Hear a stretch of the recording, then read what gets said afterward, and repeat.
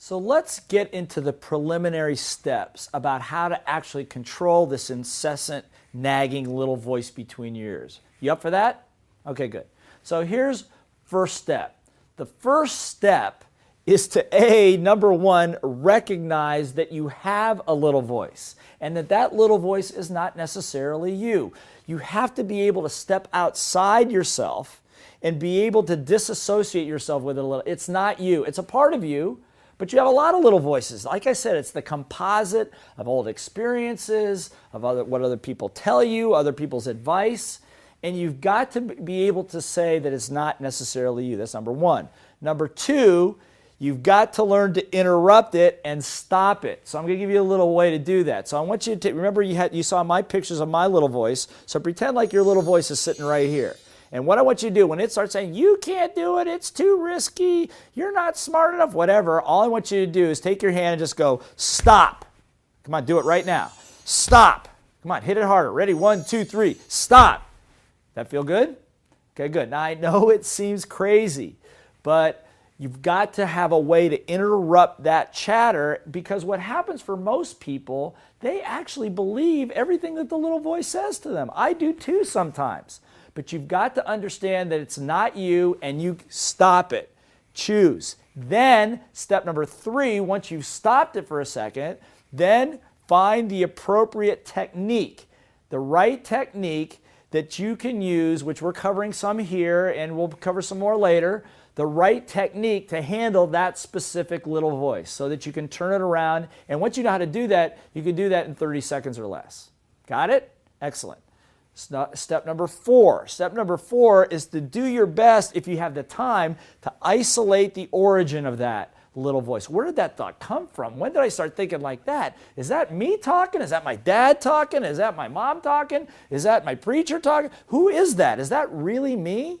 And see, the minute you start to question it, what psychologists will tell you, you begin to disassociate with the behavior. Now you can control and master it because it's not mastering you.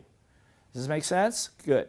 So let's go. And the 5th step of this thing is that once you're able to begin to understand the origin, I want you to have one thing in mind. I want you to assume that what's inside of you, not the little voices, but what's inside behind all those little voices is someone very, very big and somebody very, very great. See, I work with hundreds of thousands of people over the last 25, 30 years in over 25 different countries, as I've said.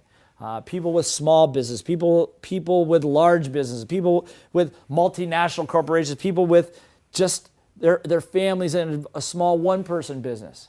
And the one thing I'm going to tell you is that most people, and I'm going to talk about you right now, one thing I know about you, if you're on this program, you have no idea how big you are. Now I want you to notice what your little voice says when I say that. That's right, I know you. I know you have no idea how big you are, that you sell yourself way shorter than you should. The reason I know this is I have you in my programs. I've worked with people like you before, and the results you're able to accomplish in a short period of time are amazing once the little voice is out of the way. You've got to know that inside of you is a bigger, better, more capable person, and they become almost obsessed with getting to who that bigger and better person is. So here's what I'm going to ask you to do. First of all, take a deep breath.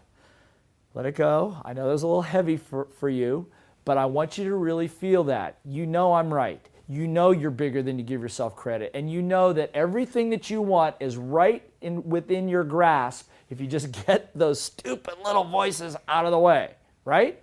So here's what I'm going to ask you to do. Before we go to the next chapter, before we go to the next section, I want you to review the 5 first steps to mastering your little voice that I just went through, all 5 of them.